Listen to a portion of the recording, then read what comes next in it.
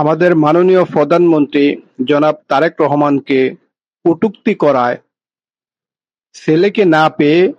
বাবাকে শাসালেন হলো যুবদল নেতা। আপনারা ভিডিওটা একটু দেখেন এবং শুনেন, তাহলে কিন্তু বুঝতে পারবেন। আপনারা ইরুম মায়ের মারমু তুমি তো যাত্রা গুটি কই কিন্তু মাইরা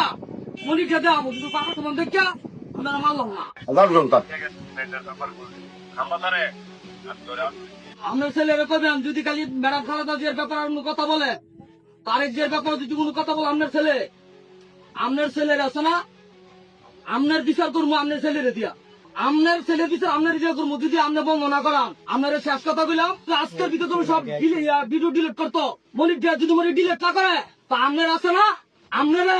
ইরুম মায়ের মারমু তুমি তো যাত্রা গুটি কই কিন্তু মাইয়া মনি খেতে আমু কিন্তু বাবার সমান দেখা আপনারা মারলাম না আর যদি বাবার সমান দেখে আপনারা মারলাম না আপনার ছেলে যে ব্যক্তিগত আছে বর্তমান তারেক ভাইয়ের ব্যাপারে বর্তমান সরকারের ব্যাপারে আপনার সরকার ডেভেলপে বিয়া করবো আপনার রক্ষণ আছে না আপনার রক্ষণে তুমি তার মমি সিংহ বদলে দিয়া আপনার ভূতারা দিয়া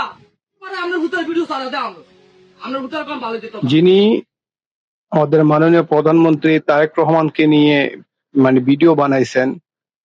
ওনার ভিডিওটা কিন্তু ভাইরাল হয়েছে, সবাই দেখছে। আসলে উনি এগুলা নাও করতে পারতেন।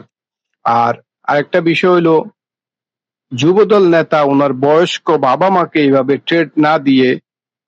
এটা প্রশাসনিক ভাবে জিনিসটা সমাধান করা উচিত ছিল, কিন্তু একজন বয়স্ক বাবা মাকে দেখতেন কিভাবে ট্রেড দিল। এই হলো আসলে বাস্তবতা।